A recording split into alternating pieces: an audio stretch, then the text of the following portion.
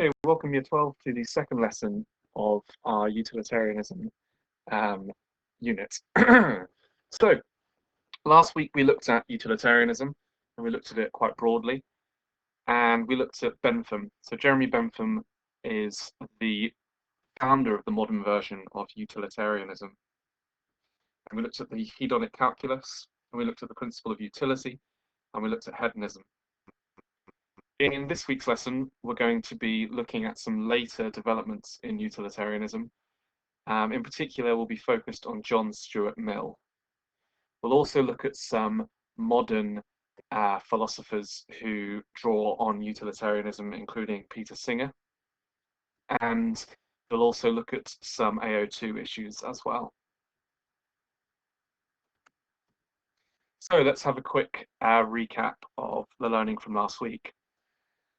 So this is the sort of opening paragraph or two that would be good at the beginning of any essay. So utilitarianism is a normative ethical theory. This means that it tells us what we ought to do. It is also a teleological or consequentialist theory because it is concerned with the outcome rather than the action itself. Utilitarianism is concerned with producing the most amount of pleasure for the greatest number of people. This idea is known as the utility principle. Utility means the usefulness. Bentham was particularly concerned with the community and the idea that the happiness of many was more important than the happiness of an individual. For a utilitarian, the good moral action is based entirely upon the pleasure produced. Bentham believed that people are driven by two sovereign masters, pain and pleasure. There is only one absolute good, and this is the presence of pleasure and the absence of pain. So, for example, if there was a man who wished to be allowed to die to reduce his pain, then a utilitarian would perform the action that is the most useful for producing the most amount of pleasure for the greatest number of people. This is why the theory is called utilitarianism. Actions are not intrinsically good or bad. They are only useful relative to an outcome for the production of pleasure. This is known as the principle of utility. Bentham's utilitarianism is quantitative because he believed that pleasure could be measured. In order to measure the amount of pleasure produced by an action, he designed the hedonic calculus. Bentham's utilitarianism is referred to as act utilitarianism because every action is considered uniquely. Okay, so that was last week's learning. So let's look at some later developments in utilitarianism then. So on the right, we have Jeremy Bentham. And Jeremy Bentham is largely thought to have founded act utilitarianism. And act utilitarianism is what we looked at last week. It's the idea that any action is acceptable based on the unique situation. So if we go back to the fat man on the bridge, whatever action produces the greatest amount of pleasure for the greatest number in that situation is acceptable. Okay, and we're going to look at rule utilitarianism today, which is largely associated with John Stuart Mill. Okay, so let's look at the history a little bit now. So on the right is Jeremy Bentham, and on the left is his very good friend, James Mill. And James Mill wasn't a philosopher, but he was the father of John Stuart Mill. So these two were close friends. They were social reformers and radical thinkers. So that means they tried to revolutionize the way that society was run. And we know this from last week that Bentham in particular was really concerned with democracy and doing what's in the greatest interest of the greatest number. Both of these individuals then were part of the Scottish and the English Enlightenment. James Mill was Scottish. And the Enlightenment is a movement in European history in the 17 and 1800s, which believed that there could be a new way of ordering society and ethics based on reason, logic, and equality, and that tradition should be overthrown, in particular religious tradition. Okay, so these guys were very radical. Now, James Mill had a son, and his name was John Stuart Mill. John Stuart Mill's godfather was Jeremy Bentham. So Jeremy Bentham was older than John Stuart Mill. He was sort of a parental figure. And John Stuart Mill was a utilitarian. So he inherited the system of thought from his father and from Jeremy Bentham. However, John Stuart Mill changed the theory a little bit. So he adapted it and tried to make it somewhat different. So John Stuart Mill was raised by his father under an intensely academic and rigorous educational program. So James Mill wanted to see if he could bring up a child based on these principles of reason and logic and learning. And so John Stuart Mill was brought up sort of as an experiment. The question was, can we bring up a child, a mind, a human being that is perfectly rational and modern? So both Bentham and Mill Sr. used John as an experiment. Could they develop the ultimate cultivated, enlightened, and reasoned brain to take over utilitarianism from his father and his father's friends? So John Stuart Mill was sort of the prodigal child, this inheritor of the utilitarian movement. And so he learned sort of Latin by the age of 3 and maths and algebra by the age of 5. And he got into Oxford University at the age of 11. So this was a very precocious child. Precocious means very, very advanced beyond his years. And actually, maybe not surprisingly, this led to a mental breakdown. So John Stuart Mill, when he became an adult, he was under so much pressure that he just lost it. And he only really recovered by reading the Romantic poets and looking at art, which were things that James Mill and Jeremy Bentham weren't necessarily interested in. But John Stuart Mill was very concerned with art and with literature and with music. And that's going to be very obvious in a second. So, Mill is a utilitarian, but he wants to adapt and modernize the movement. And he does this with two main additions. The first thing he asks is what kind of pleasures should be sought? The second thing he asks is, should we work out the utility of an act in individual cases or rely on the utility of a rule? And in short, his answer to this one is the best kind of pleasures are the pleasures of the mind. And his answer to this one is that we should follow the utility, the usefulness of rules rather than individual acts.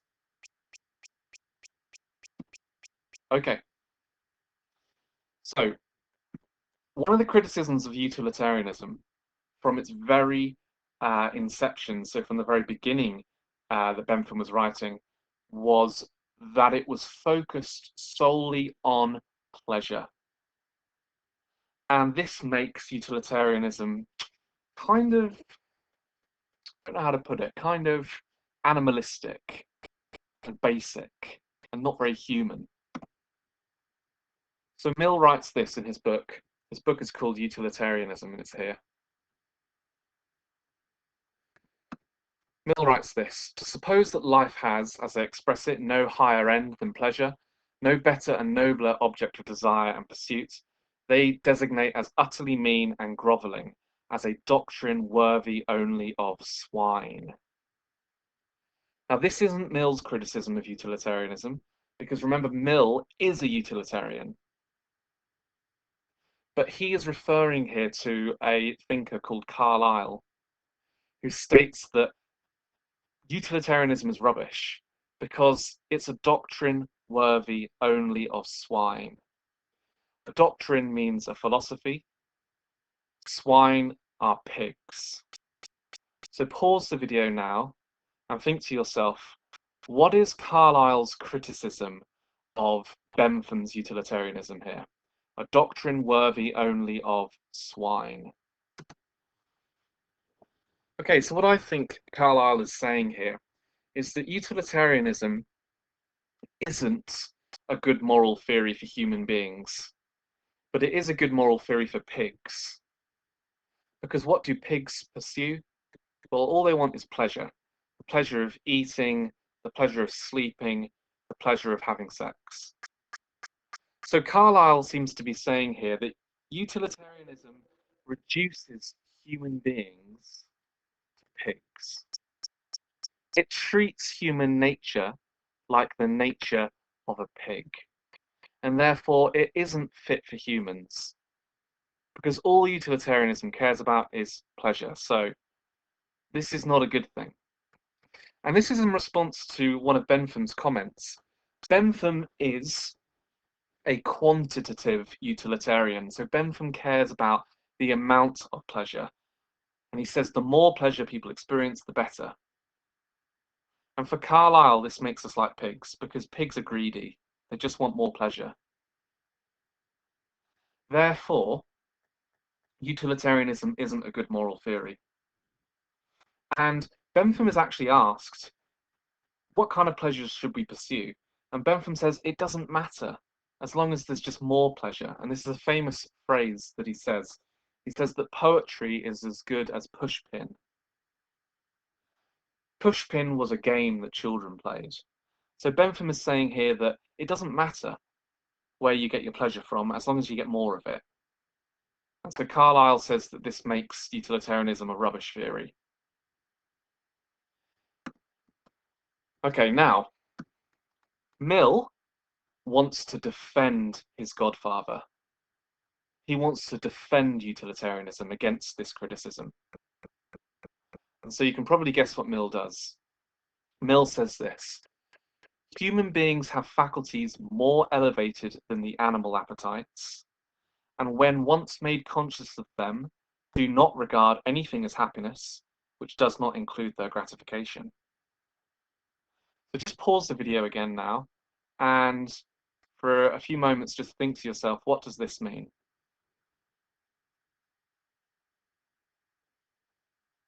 Okay, so what I think Mill means here is that human beings are better than pigs because we are able to experience pleasures that pigs can't. We have faculties more elevated. What are those faculties? Well, they're faculties of the mind. The ability to appreciate art and music and literature and love and ambition and all of these great human qualities and pleasures that a pig could never experience. And Mill is saying here, as soon as you're aware of the pleasures that you can get from art and poetry and music, you can't live a happy life which doesn't include those pleasures. So Mill is trying to say that utilitarianism isn't a doctrine worthy only of swine, because utilitarianism should try and promote pleasures of the mind. So Mill says some kinds of pleasures are more desirable and valuable than others. So this is where Mill says that quality or qualitative utilitarianism is better than quantity. So let's think about a thought experiment here. What would Bentham say and what would Mill say to this thought experiment? Let's say you have £100 and you can either spend it on £100 worth of chocolate or £100 worth of books.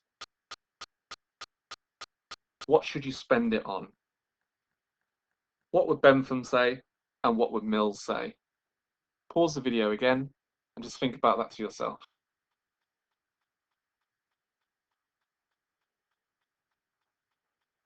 Okay, well, I think Bentham would say chocolate. Why is that? Well, let's think about hedonic calculus, remoteness. A pleasure is better if it's closer in time. if you have chocolate, you're going to experience pleasure straight away.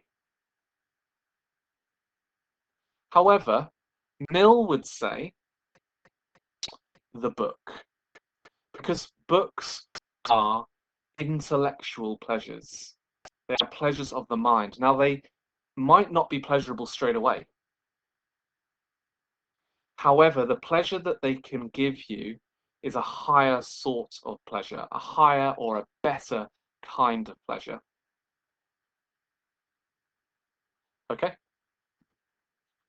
So how do we work out which are better and which are worse? Well, it's quite simple.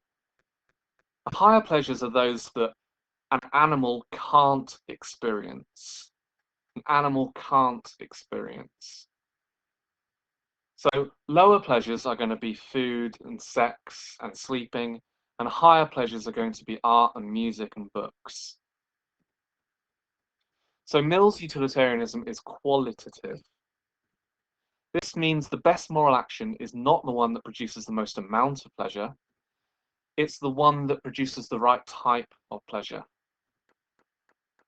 And lower pleasures are eating and fighting and sleeping and anything concerning our bodies.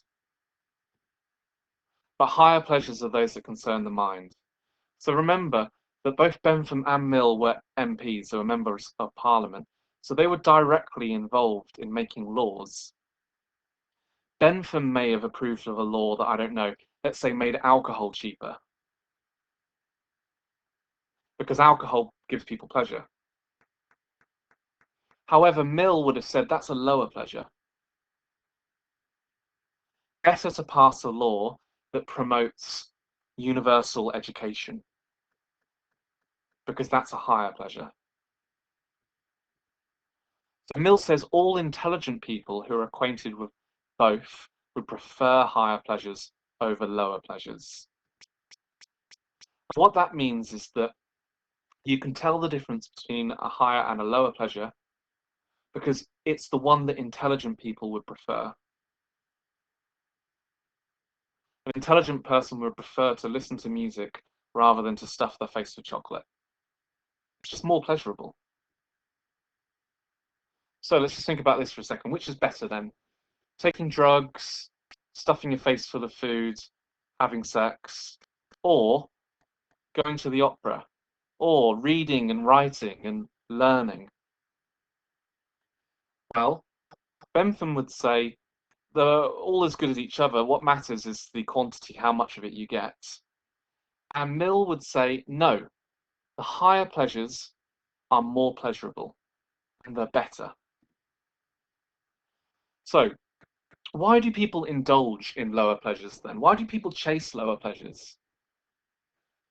Well, Mill would say because they're not truly familiar with higher pleasures. Some people haven't picked up a book and learnt the pleasure that can be gained from that, and therefore they live their lives like an animal. Also, what happens if we overindulge in lower pleasures? If we eat too much food, if we take too many drugs? Well, Mill would say this is what happens. The pleasure is quite high to begin with, but then it leads to pain. You get addicted or you become fat. So there's not much fecundity to lower pleasures. Remember, fecundity means the increase of pleasure over time. And this is another reason why lower pleasures are bad. Well, not bad, but they're not as good as higher pleasures. So higher pleasures, the arts, music, education, philosophical debate, meditation, anything concerning the mind. And higher order pleasures have a high degree of fecundity. That means it might be hard to read the book. It might not produce much pleasure when you first start, but it produces so much pleasure over time. And that's because it can lead to more books, it can lead to you becoming smarter, more capable. It can also lead to you becoming a better person and therefore contributing to the pleasure of other people. So higher pleasures are better. Higher pleasures don't lead to pain in the same way as lower pleasures do.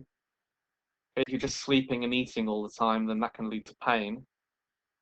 And they're also unique to human beings. So it's better to cultivate pleasures of the mind than pleasures of the body. Now, you might disagree and say that you've got to eat, you've got to sleep. So these pleasures are more important. And I think Mill would agree. He'd say, yes, you've got to eat, but only 3 times a day. And you've got to sleep, yes, but only for 8 hours a night. You've got to eat, you've got to sleep, but once you've done those things, you should try and orientate your life around higher pleasures. If it's a choice between stuffing your face and reading a book, you should try and read a book. Okay, now it gets a little bit more complicated, and this is an AO2 issue. What if the quantity of lower order pleasures is more? So what if it was a choice between all the chocolate in the world or one book? Well, Bentham would say all the chocolate in the world, right? Because he doesn't differentiate between higher and lower pleasures. He's simply concerned with the quantity. Mill would say that it's always preferable to have a higher pleasure over a lower pleasure, even if it's an infinite amount of lower pleasure, because it's what makes a human being a human being. Okay, so it's always better to seek higher order pleasures. It's always better to go for the quality pleasure rather than the quantity. So Mill's conclusion, this is what he says in his book as well. It may be objected that many who are capable of the higher pleasures occasionally, under the influence of temptation, postpone them to the lower. So he's saying here that many humans would prefer to eat chocolate than read a book, or go to sleep than go to the opera. And Mill's conclusions here are that this is only because you're not fully acquainted with the higher pleasure. If you really knew the power and the pleasure of the mind, then you wouldn't do this. And Mill says few human creatures would consent to be changed into any of the lower animals for a promise of the fullest allowance of a beast's pleasures. So just pause the video now and think to yourself, what does this mean? Okay, so what I think Mill means by this is that you wouldn't want to be a pig, even if this was a pig who had all the food and all the sleeping and all the sex in the world, and it was the happiest pig who'd ever lived. You still wouldn't want to be that pig. And Mill seems to be saying here that a happy pig wouldn't make you happy, because the pig isn't able to experience higher pleasures. It's not a good life. Now, you might want to disagree. This is an AO2 point, and lots of students who I've taught before have said that actually they prefer to be a happy pig. So it's your opinion, but this seems to be what Mill is saying. And Mill phrases it in a different way here. It's the same point. It is better to be a human being dissatisfied than a pig satisfied. Better to be Socrates dissatisfied than a fool satisfied. And Mill's point here is that it's better to be a human being who's unhappy than a pig who's happy, because a human being at least is capable of higher pleasure, but a pig isn't. It's better to be Socrates, a very intelligent human being who has many pleasures of the mind, who is unhappy, than a fool, an idiot, who's happy. This means that it's better to have the potential of higher pleasures and not be happy than be stuck with only base pleasures. True happiness doesn't come from animal pleasures. It comes from pleasures of the mind. Higher pleasures seem to lead to greater pleasure for others as well, fecundity. So let's think about that. Let's imagine if you're writing a book, higher pleasure, or you're just eating and smoking, lower pleasure. Who's going to get more pleasure? Don't think about yourself, but who's going to get more pleasure as an outcome of these actions? Well, the answer is the writer, because people will read that book and they'll learn something and they'll change their lives. The higher pleasures lead to higher pleasures for other people in the future and more pleasure for more people in the future. No one gets pleasure from watching you eat and smoke. So according to Mill, the ultimate aim is a life as far away from pain and as rich as possible in enjoyment. Now, Mill is still a utilitarian. Please remember this. Mill does still believe that the highest good is pleasure and the absence of pain. He simply changes it so that it's higher pleasure rather than lower pleasure.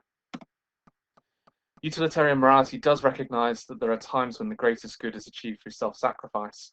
So Mill still believes in this idea of the greatest good for the greatest number. He is still a utilitarian. And Bentham, we know, didn't believe in God. Mill probably didn't either, but he does still borrow some ideas from Christian ethics, including loving your neighbor as you love yourself. And from this, he believes that you should pursue the higher good for all human beings, just as you would for yourself. Okay, so let's think about a thought experiment here. And this is a thought experiment that originally was formulated by Immanuel Kant, and we'll look at him next week. Let's imagine that somebody knocks on your door and says, "Where is your friend? Where is Betty?" And this person has an axe and they're covered in blood. Now it's obvious that they want to kill your friend. You know that your friend is upstairs hiding. What should you do? Should you lie to him or should you tell the truth? So pause the video and think to yourself, first of all, what would an act utilitarian do in this situation?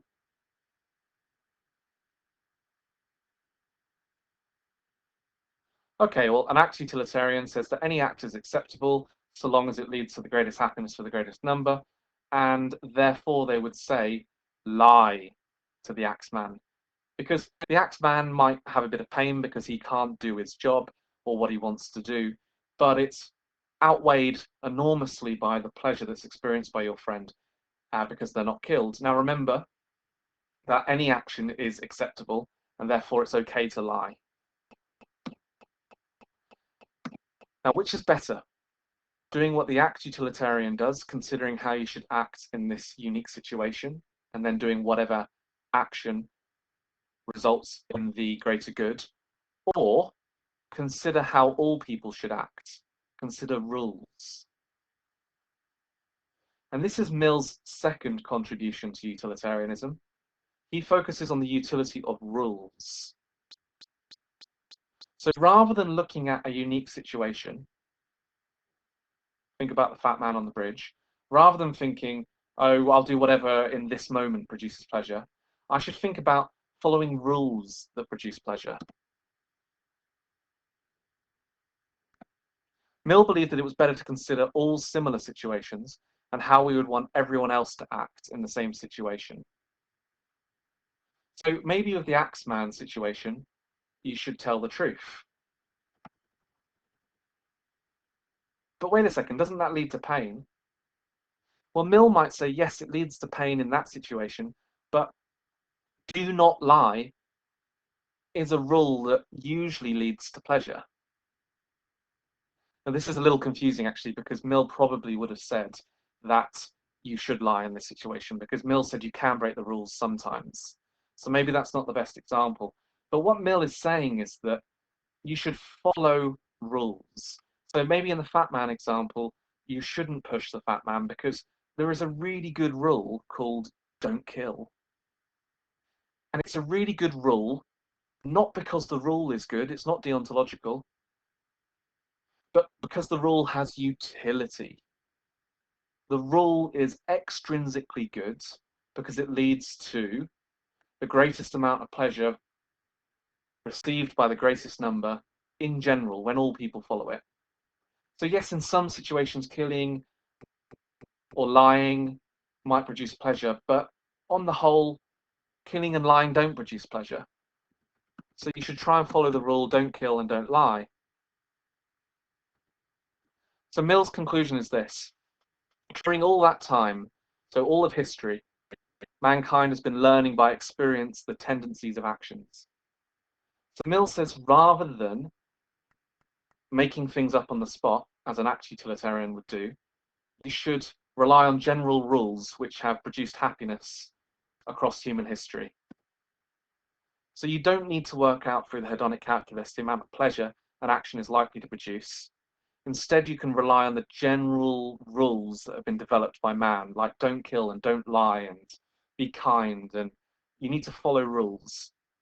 Because when upheld by all, they produce the greatest happiness for the greatest number.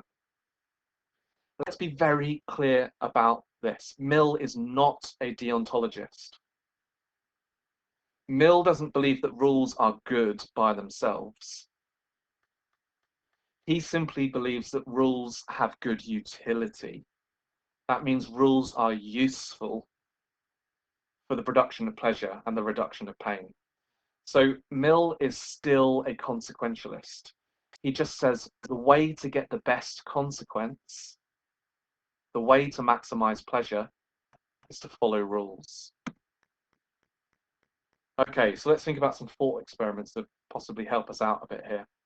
Should we rely on the utility produced in individual cases, as Bentham would, or on the utility of a rule? So let's imagine you've been invited to a party and your parents have said, no, you're not allowed to go to this party because you've got an exam the next day. Should you lie to your parents? Option A, lie and say that you're going to the library and then go to the party. Option B, tell the truth, don't lie, stay at home. Which action would the act utilitarian choose? And which action would the rule utilitarian choose? So just pause the video now and think about that to yourselves. Okay, so the act utilitarian might work out through the hedonic calculus that you should lie. Remember, any action is acceptable, and lying produces loads of pleasure straight away because your parents will never find out, so they won't get any pain. And there'll be the pleasure straight away of you going to the party. The rule utilitarian would say don't lie. And that's because do not lie is a really good rule in life for producing pleasure. It might not produce pleasure in this moment, but it definitely produces pleasure if you follow this rule throughout your life. Lying leads to pain, it leads to confusion, it leads to people not trusting you. So Mill is all about sacrificing the pleasure of the moment for following a rule which produces more pleasure in the long run. Okay, let's think about another thought experiment.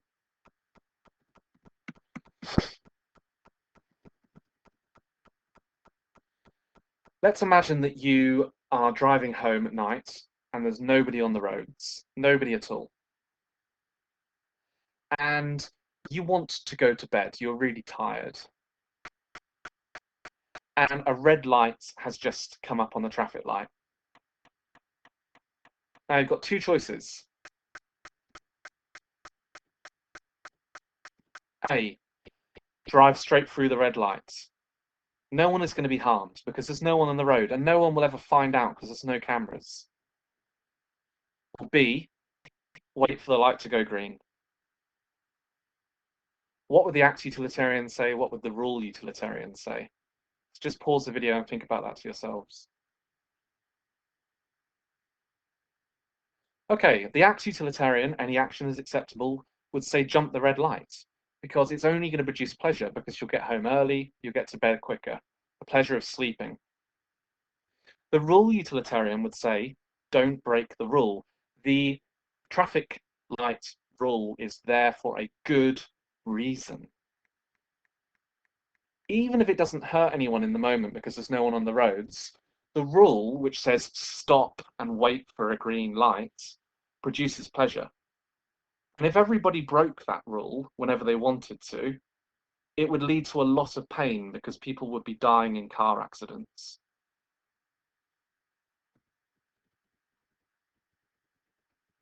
Okay, so this is rule utilitarianism. It's a version of utilitarianism, produces general absolute rules, An action is right or wrong, not based on individual effects, but whether it conforms to a happiness-making rule.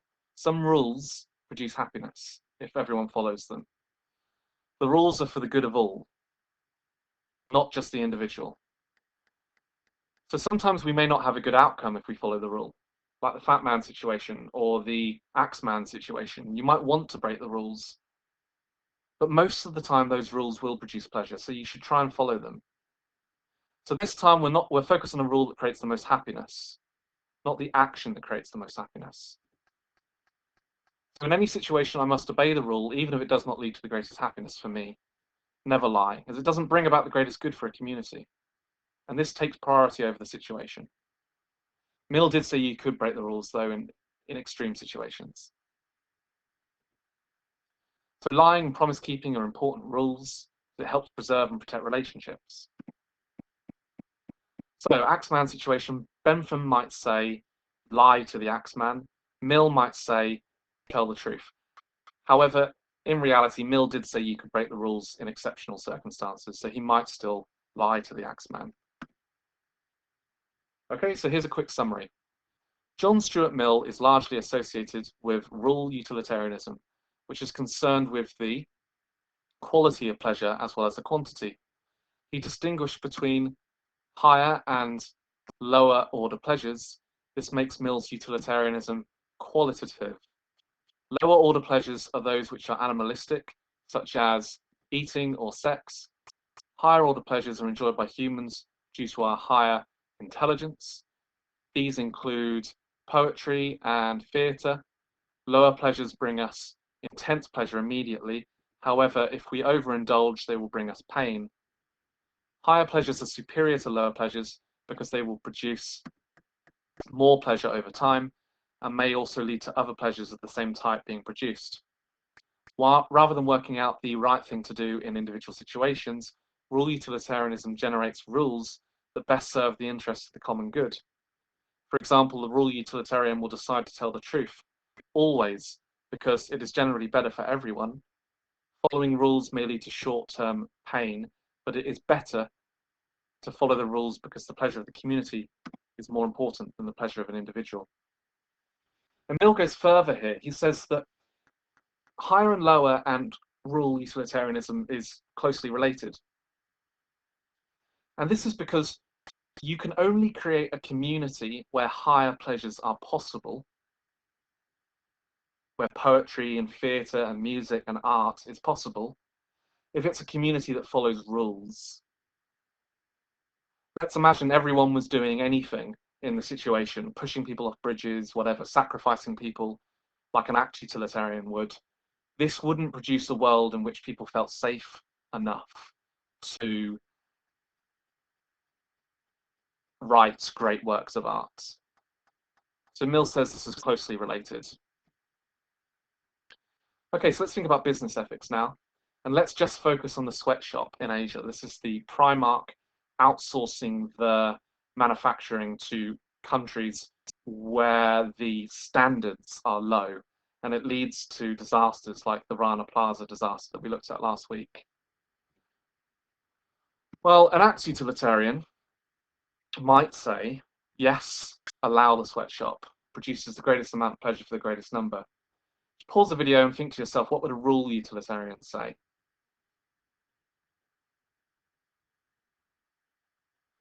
Okay, I think a rule utilitarian would say no, because there is a really good rule that leads to happiness if all people follow it, and that's don't use people. If we break that rule, we're living in a culture or a society where there's not going to be much happiness because people are being used.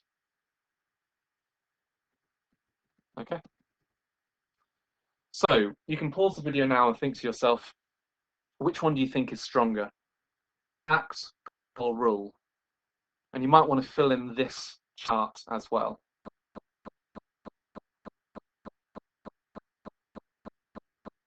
Okay, so you can do that in your own time.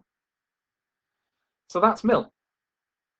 And now we're going to be looking at a 20th century response to utilitarianism. So this is Peter Singer, who was an Australian philosopher who is actually still alive. and he adapts utilitarianism in a particularly interesting way. So this is called preference utilitarianism. And Peter Singer says that pleasures are subjective. What that means is people enjoy different things. Some people enjoy eating peanuts. Some people are allergic to peanuts. So different people experience different things as pleasurable, and these are known as preferences. So instead of maximizing pleasure, we should try to maximize people's preferences, the things they prefer. And this seems quite simple. However, Peter Singer adds a really interesting angle to this. He wrote a book called Animal Liberation. And this is considered the Bible of the animal rights movement. Think about this now very quickly. Why would a utilitarian, someone who believes that the highest good is pleasure, be concerned with animal rights? So just pause the video and think about that to yourself. Okay, well, the answer to this is Peter Singer says that we should extend ethical consideration to animals because animals can experience pain and pleasure. And this is a very radical thought. Should we not experiment on animals and not eat animals, as Peter Singer says? Peter Singer is a vegan, because they can experience pain and pleasure. And this is linked with preference utilitarianism because obviously animals can't experience higher pleasure, so there's no point giving animals an education, but they do have preferences. One of their preferences is to not be killed, to live with the young, their offspring, to not be trapped in cages. So this is a very interesting development in utilitarianism.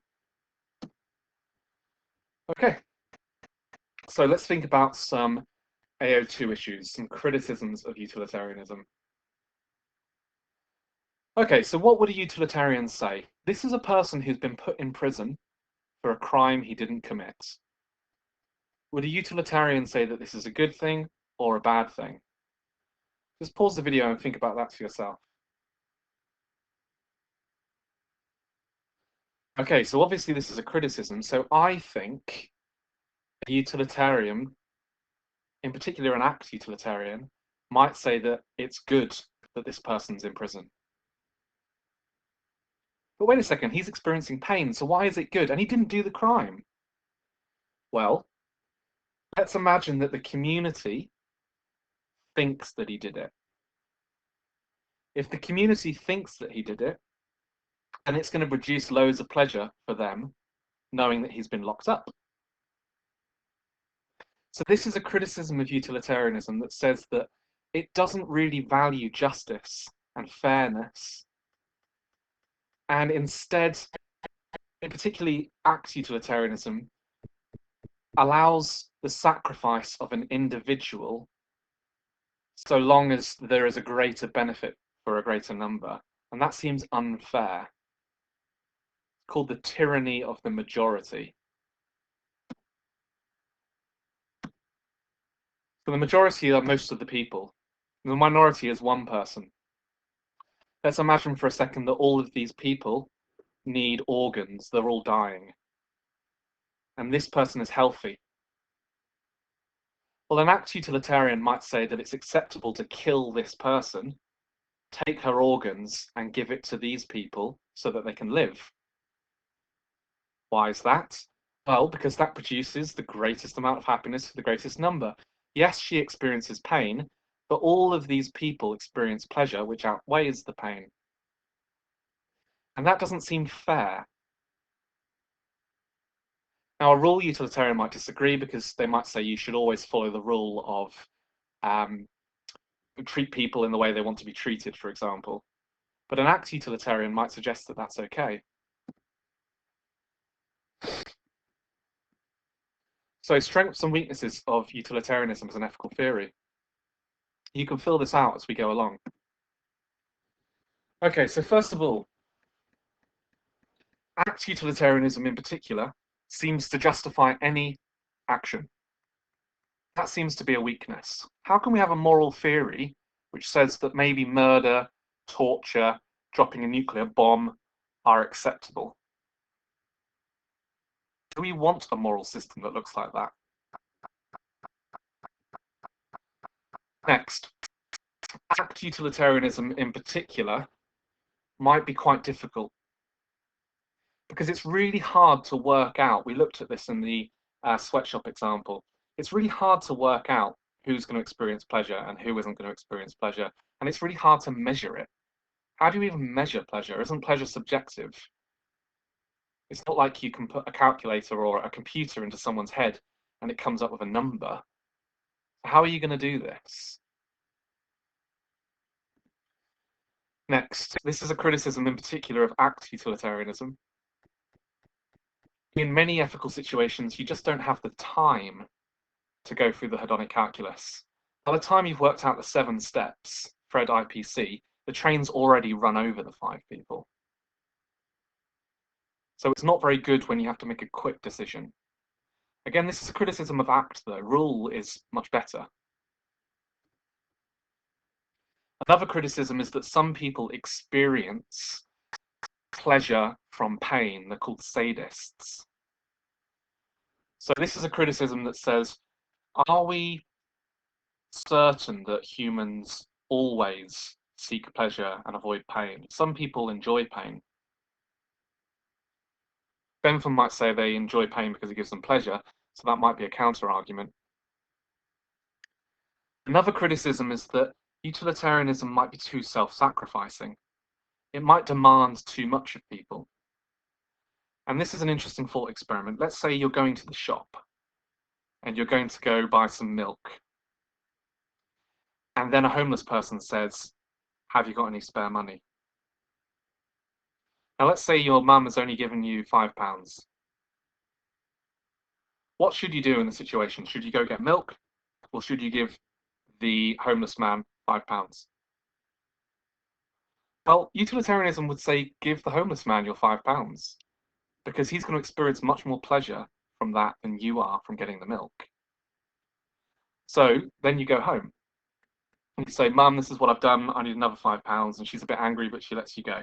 And you go to the shop again, and then the homeless man is there again.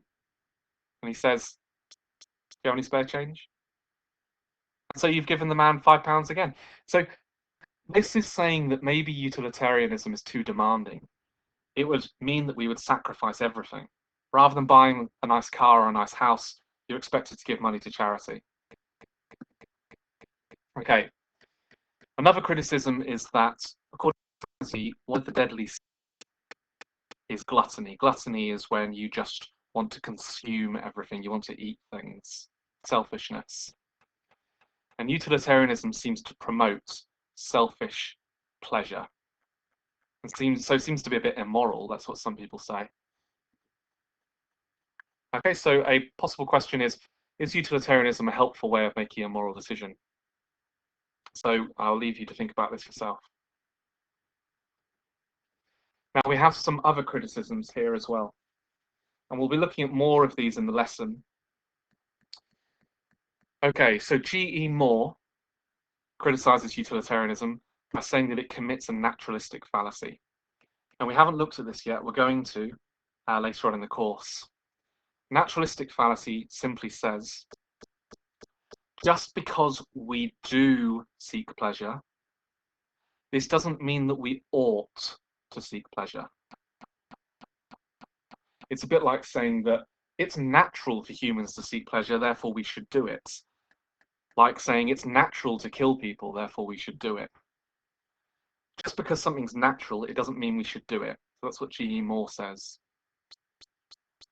Okay, Bernard Williams has some criticisms of utilitarianism, in particular his thought experiment called Jim and the Indians, and we'll look at that in the lesson.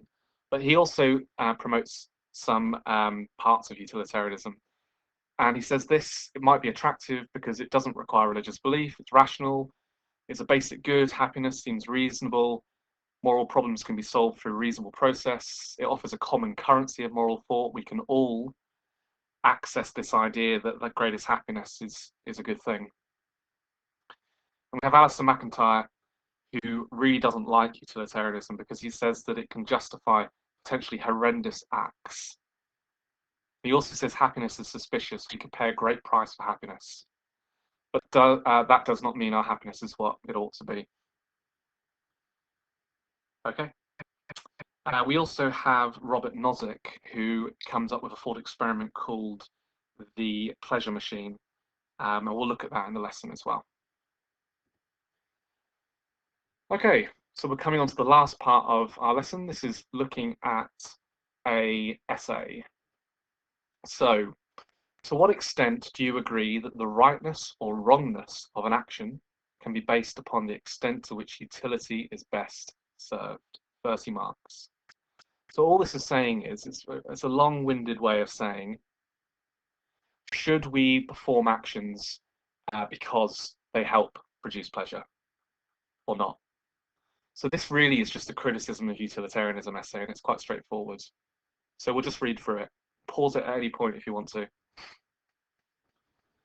Okay, utilitarianism is a normative ethical theory. This means that it tells us what we ought to do. There's also a teleological ethical theory. This means that the rightness or wrongness of an action is contained in the outcome. Actions are extrinsically good or bad. According to utilitarianism, an action is good if it fulfills the principle of utility and most amount of happiness for the greatest number of people. In this essay, I'm going to argue that the rightness or wrongness of an action cannot be based upon the extent to which utility is best served, because it allows for any action to be justified as long as happiness is produced, and this is simply unjust. Bentham was a social reformer who sought to develop an ethical theory that considered the well-being of the entire community. It is a hedonistic ethical theory due to Bentham's recognition of the two sovereign masters, pain and pleasure. Bentham believed that people naturally pursue pleasure and avoid pain. As a result, utilitarianism is built upon the principle of utility, the greatest amount of happiness for the greatest number of people. In my view, a big problem with the theory comes when we say that pleasure is good just because we seek it. I believe this is an unwarranted move Bentham is making.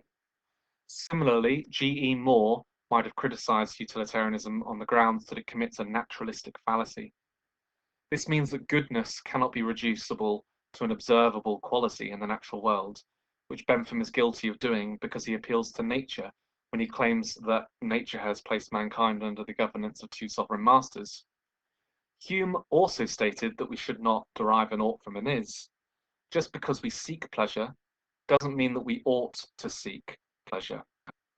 For example, according to the principle of utility, drug taking might be seen as something we ought to do because it does produce pleasure. I agree that utilitarianism is committing a naturalistic fallacy, because if we reduce goodness to something that we can observe, e.g. pleasure, then we have to ask why it is that pleasure is good. We could just as easily identify another natural feature of the world and say it's good, for example, love. This shows that the rightness or wrongness of an action cannot be based upon the extent to which utility is best served, because this in itself is a naturalistic fallacy. Bentham's act utilitarianism is quantitative, because he believed that pleasure could be measured, and the more of it, the better. In order to do this, he presented the hedonic calculus. With 7 steps, the calculus helps the decision maker work out the best decision to make based on whether pain or pleasure is produced. For example, the pain of pleasure, or pleasure of a possible action can be measured based on its duration. How long will the pain or pleasure last? For example, when questioning the morality of a sweatshop, the utilitarian might see that the pain lasts for a long time as the workers work long hours, whereas the pleasure of buying cheap clothes is fleeting, because the nature of consumerism is such that we always want more. I think it is clear that there are a number of issues with the hedonic calculus, such as the fact that it is impossible for us to foresee the future. The hedonic calculus requires the decision maker to predict the possible outcomes of a decision, which is impossible. When it comes to business ethics, it is also very difficult to consider all 7 steps of the hedonic calculus with every aspect of a business.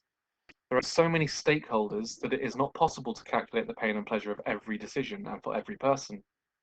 This suggests that the rightness or wrongness of an action cannot be based on the extent to which utility is best served, because there are too many decisions being made by too many different people, too many stakeholders to take into consideration. Some people may disagree, because in every decision-making process there will always be a good decision. For example, either allowing the sweatshop to continue manufacturing clothes or closing the sweatshop down will be the right thing to do, which means it is always possible to make a good moral decision. However, I disagree because there is a fundamental issue with claiming that utility is good. As Alistair McIntyre argued, a major problem with utilitarianism is that the principle of utility means that we can justify any action. This can be seen most vividly in the fat man problem. Should we push a fat man onto the track to save 5 people from being hit by a train? Utilitarianism could be used to justify the murder of the fat man because it produces the most amount of happiness for the greatest number of people. I think this is a key issue with the principle of utility being used to judge the rightness or wrongness of an action, because it ignores the need for justice in society. Justifying the sacrifice of an individual for the needs of others will fail to result in a fair society, which means that the extent to which the principle of utility is fulfilled cannot be used to determine the rightness or wrongness of the action, because it endangers minorities in the interest of the majority. In conclusion, I do not think that judgments about the rightness or wrongness of an action can be based upon the extent to which utility is best served, because it is too difficult to quantify utility, and it can be used to justify any action. Although the principle of utility means that there will always be a good option in every decision, it is a naturalistic fallacy to describe utility as good, because good cannot be reduced to an observable quality in the natural world, else we have to ask why utility is good. Okay, so that would easily get full marks.